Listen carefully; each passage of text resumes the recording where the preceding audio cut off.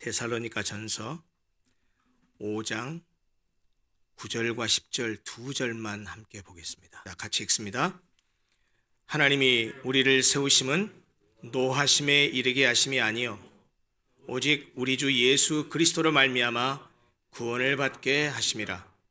예수께서 우리를 위하여 죽으사 우리로 하여금 깨어 있든지 자든지 자기와 함께 살게 하려 하셨느니라. 아멘. 이 데살로니가 전서는 바울이 데살로니가 교회 형제들에게 그리스도와 서로에게 헌신하도록 하기 위해서, 그리고 그들을 격려하기 위해서 쓴 편지입니다. 여기서 다루어지고 있는 주요 내용은 재림입니다.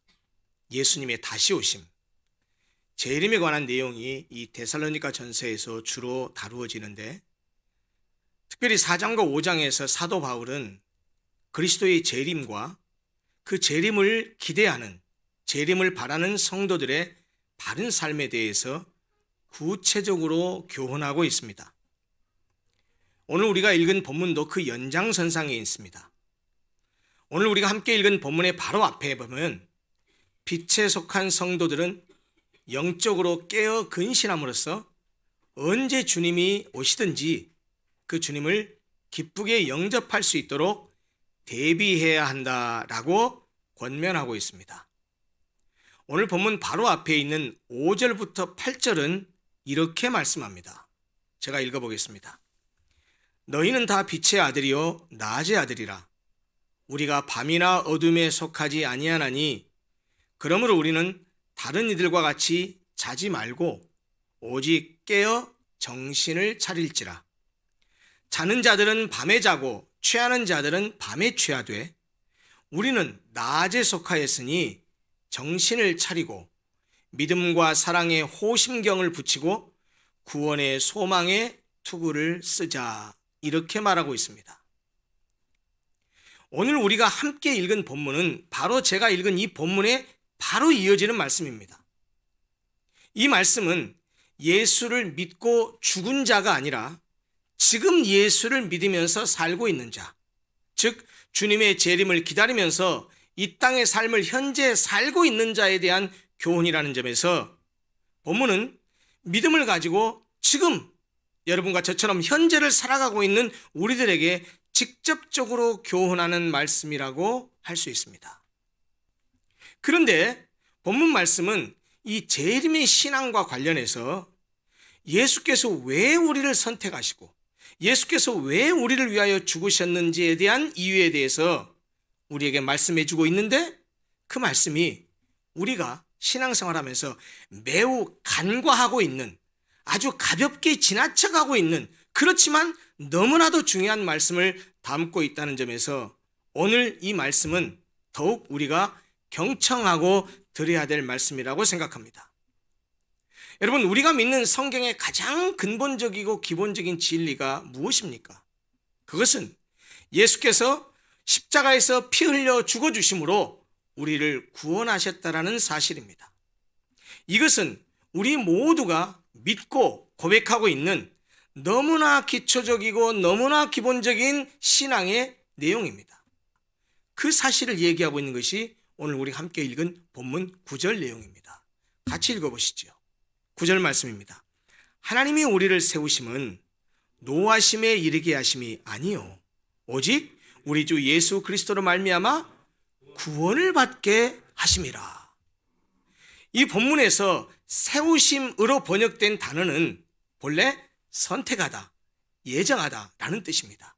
그러니까 이 말씀을 더 쉽게 얘기하자면 이런 뜻이죠. 이 9절 말씀은 하나님께서 저와 여러분들을, 우리 성도들을 선택하고 예정하신 목적이 무엇이냐? 그것은 노하심, 하나님의 노하심. 하나님이 왜 노하시죠? 하나님 뭐 때문에 노하시죠? 죄 때문에 노하십니다. 그 하나님의 노하심, 즉 하나님의 진노와 심판을 받게 하심이 아니다. 그 예수 그리스도를 통해서 구원을 받게 하려 하심이라는 말씀입니다.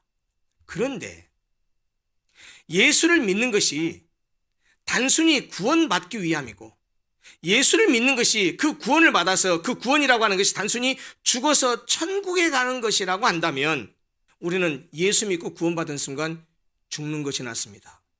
본문은 예수께서 우리를 위해서 죽으신 이유가 단지 영적인 생명을 얻고 영생을 얻고 죽어서 천국 가는 것, 구원을 얻게 하기 위한 것, 그것만이 아니라고 말합니다. 또 다른 중요한 이유가 있는데, 그런데 그 중요한 이유에 대해서 우리가 매우 간과하고 있다는 거예요. 그게 10절입니다. 예수께서 우리를 위하여 죽으사 우리로 하여금 깨어있든지 자든지 자기와 함께 살게 하려 하셨느니라. 우리를 예정하신 이유는 우리를 구원하기 위함이라는 겁니다. 그런데 구원을 어떻게 하셨죠? 예수 그리스도를 통해서 하셨어요. 그런데 여기 10절에서 예수께서 우리를 위하여 죽으사 이 말은 곧 뭡니까? 죽어서 우리에게 뭘 주셨죠? 구원을 주셨어요.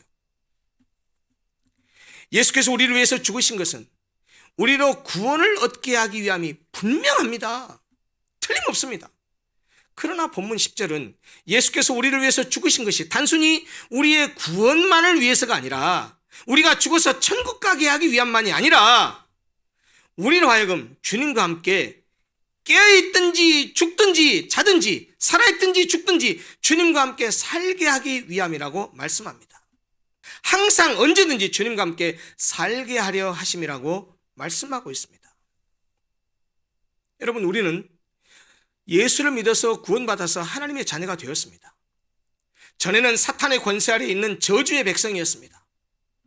마귀의 권세 아래에 있었습니다. 그러나 이제는 예수의 피로 모든 죄를 씻김받아서 구원 백성이 되었습니다. 하나님의 자녀가 되었습니다. 무슨 말입니까? 우리의 신분이 바뀌었다는 거예요. 그런데 그것이 우리가 천국의 백성이 된 것 자체가, 천국에 가게 된 것이 그것 자체가 예수를 믿는 전부가 아니요, 그것이 하나님께서 우리를 예수를 통해서 구원한 전부가 아니라는 거예요. 오히려 예수를 믿고 구원 얻은 이후의 삶이 그리스도인들에게는 더 중요합니다. 믿음으로 예수와 연합되어서 새 사람이 되고 믿음으로 예수와 연합하여서 새로운 피조물이 되었으면 이제는 그분과 함께 살아야 합니다. 믿음으로 살아야 한다는 말이죠. 믿음은 하나님의 은혜로 선물로 주어져요. 신앙생활은 그 믿음을 주신 주님과 함께 살아가는 것인데 그것은 내가 해야 될 몫입니다. 사실 많은 사람들이 교회를 다니는 것을 예수를 믿는 것, 하나님을 믿는 것, 신앙생활을 하는 것과 동일시합니다. 그러나 그것이 전부가 아닙니다. 하나님, 예수님을 믿으면 교회를 다니면서 신앙생활을 하게 되는 것이 사실이지만 교회를 다닌다고 해서 모두가 다 하나님, 예수님을 믿고 신앙생활을 한다라고 말할 수 있는 것은 아니라는 거예요. 물론 정말 바쁘고 분주한 세상 속에서 직장생활 해야지, 가게 나가서 일해야 되지, 사업해야지, 그러다 보면 어떨 때는 밤늦게까지 일해야 되고 일하다 보면 심신도 지치고 이런 가운데서도 그래도 일주일 동안 그렇게 살다가 주일날, 일요일날 아침에 말끔히 차려입고 깨끗이 씻고 그리고 11시 시간 맞춰 와서 하나님께 예배하러 나오는 것 정말 귀하고 복된 일입니다. 여러분 다 그렇게 하시고 지금 여기 나오셨습니다. 잘하셨습니다. 정말 귀하고 복된 일입니다. 그런데 그것이 하나님을 믿고 기독교를 믿고 신앙생활을 하는 전부가 아니라는 말이에요. 일주일에 한 번 예배당에 나와서 예배라고 하는 종교적인 의식에 참여하는 것을 하나님을 믿는 것, 신앙생활을 하는 것으로 생각하면 안 된다는 거예요. 물론 그렇게 안 하는 사람보다 그렇게라도 하는 거 너무 귀하고 복된 일이고 잘하는 일입니다. 그러나 그것이 신앙생활의 전부가 아니라니까요. 또 어떤 사람들은 주의를 지키고 예배에 참석하는 것에서 그치지 아니하고 한 걸음 더 나아가서 헌금생활도 잘합니다. 교회에서 교제도 잘합니다. 이런저런 봉사활동도 합니다. 그런 것을 신앙생활을 잘하는 것으로 생각하기도 합니다. 그러나 그것도 오산이고 착각입니다. 여러분, 신앙생활이 뭘까요? 어렵게 생각하지 마시고 이 단어부터 한번 보십시다. 신앙생활이라는 말은 신앙과 생활의 두 단어의 합성어입니다. 신앙으로 생활하는 것을 신앙생활이라고 말해요. 다시 말하면 신앙생활이란 믿음으로 사는 것입니다. 신앙으로 사는 것입니다. 다시 말해서 신앙으로 생활하는 것, 믿음으로 사는 것, 그것이 신앙생활인데 그 신앙생활은 주님과 함께 사는 것을 말하는 거예요. 우리의 삶의 현장인 일상을 그리스도 예수를 믿는 믿음으로 믿음을 따라 사는 것이 신앙생활이라는 말이에요. 그리고 이렇게 주님과 함께 사는 것을 우리는 보통 주님과 동행한다라고 표현합니다. 신앙생활은 주님의 임재 가운데서, 주님의 의식 가운데서 생각과 마음속에 주님을 항상 생각하면서 매 순간마다 주님과 함께 동행하며 주님과 함께 사는 것, 그것이 신앙생활이라는 거예요. 주님과 동행하면서 주님과 함께 살지 못하면 아무리 교회를 오래 다녀도 영적으로 성장하지 못합니다. 비유하자면 이렇습니다. 여러분, 우리가 아기가 태어나면 그 아기의 부모가 얼마나 기뻐합니까? 새 생명이 태어났잖아요. 그런데 그 생명이 태어난 기쁨 속에서 부모가 즐거워하고 참 행복해하지만 만약에 그 아이가 엄마 젖을 먹지 않는다고 생각해 보세요. 먹지를 않아요. 먹지 않으면 어떻게 되죠? 자라지 못하지요. 아무리 그 아이가 태어났을 때 기쁨과 즐거움 속에 있었을지라도 오히려 자라지 않고 먹지 않아서 자라지 않는 자녀를 보면 그 부모에게는 그 자녀가 아픔과 고통일 것입니다. 신앙도 똑같아요.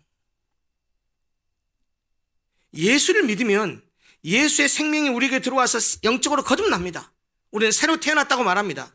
새 생명을 받았다고 합니다. 그래서 분명히 새 생명을 받아서 새로운 사람이 되었는데, 거듭난 사람이 됐는데 하나님 말씀을 먹지 않고 주님과 동행하지 않으니 주님으로부터 공급받는 영양소가 없어서 자라지 못해요. 믿음이 자라지 아니하고 항상 제자리라면 하나님이 얼마나 고통스럽고 하나님에게 그 영혼이 아픔이겠습니까? 예수를 믿어서 구원받은 그리스도인이 믿음으로 살아가는 것, 그것을 신앙생활이라고 한단 말이에요.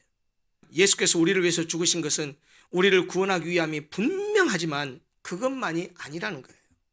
우리가 이 땅에서 사는 동안 이 지상에서 그리스도와 함께 살게 하기 위해서, 믿음으로 살아가기 위해서, 영적으로 주님과 함께 동행하며 살아가기 위해서 우리를 구원해 주셨다는 말입니다. 따라서 우리는 예수를 믿음으로 구원받은 것에만 만족할 것이 아니라 주님과 함께 살아야 한다는 거예요. 주님과 함께 동행해야 한다는 거예요. 예수를 믿고 구원받은 사람이 주님과 함께 사는 삶을 살지 않는 것은 비유컨대 이렇게 비유할 수 있습니다. 사랑하는 두 남녀가 만나서 결혼을 했습니다. 결혼을 하면 부부가 된 것이죠. 부부가 됐는데 함께 살지 않는 거예요. 결혼을 했으면 마땅히 함께 살아야 하는 것처럼 예수를 믿어서 구원받은 그리스도인이 되었으면 마땅히 주님과 함께 살아야 합니다. 주님과 동행해야 됩니다. 그게 신앙생활이라고요. 먼저 주님과 함께 사는 것, 주님과 함께 동행한다는 것이 무엇일까요? 그것은요, 쉽게 말하면 주님을 생각하며 사는 겁니다. 마음속에, 생각 속에 늘 주님을 기억하는 겁니다. 다시 말하면 주님과 함께 시간을 쓰는 겁니다. 더 구체적으로 말하면 하루 중 시간을 내서 말씀을 읽는 겁니다. 하루 중 시간을 내서 기도를 하는 겁니다. 내 일상의 삶 가운데서 찬송을 틀어놓고 늘 찬송을 같이 들으면서 흥얼거리는 겁니다. 여러분, 그게 주님과 함께 사는 거예요. 그게 주님과 동행하는 거예요. 어려운 거 아니에요. 거창한 것을 얘기하는 것이 아닙니다. 물론 이렇게 일상 속에서 주님과 함께 동행하며 산다는 것이 말은 쉽지만 그리 쉬운 일이 아닙니다. 그렇지만 그것은 성숙한 신앙인의 모습임과 동시에 모든 그리스도인이 반드시 이루어내야 될 궁극적인 삶의 모습이기도 합니다.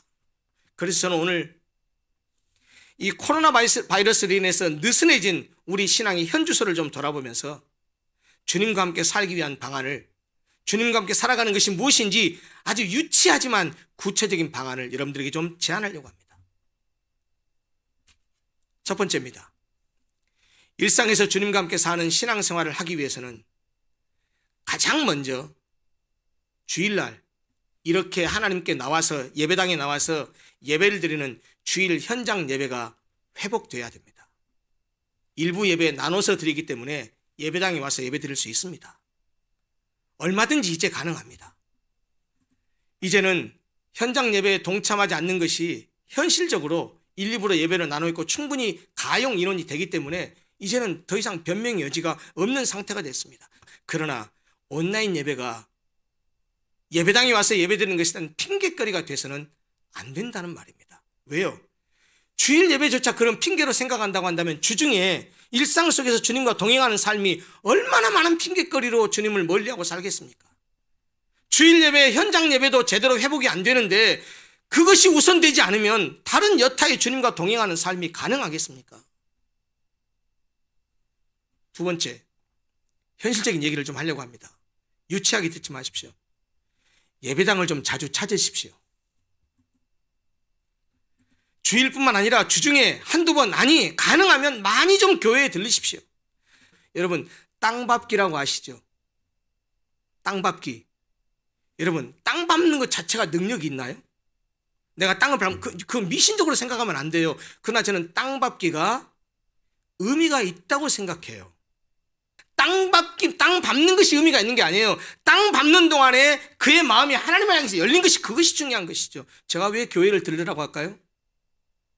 여러분, 교회에 들르면 그게 무슨 의미가 있을까요? 미신적인 행위를 얘기하는 게 아니에요. 교회에 들르면 하나님을 생각할 거 아니에요? 생각 속에 주님을 더 둘 거 아니겠습니까? 아까 말씀드렸지만 가장 좋은 것은 수요일 저녁에 성경 공부 시간에, 금요일 저녁 기도의 시간에 함께 하는 것입니다. 새벽 기도에 함께 나오는 것입니다. 주일뿐만 아니라 주중에도 말씀이 있는 곳에 기도하는 모임에 함께하면 얼마나 좋겠습니까? 또 주님과 함께 살려면, 주님과 동행하려면 마땅히 또 그래야 하지 않겠습니까?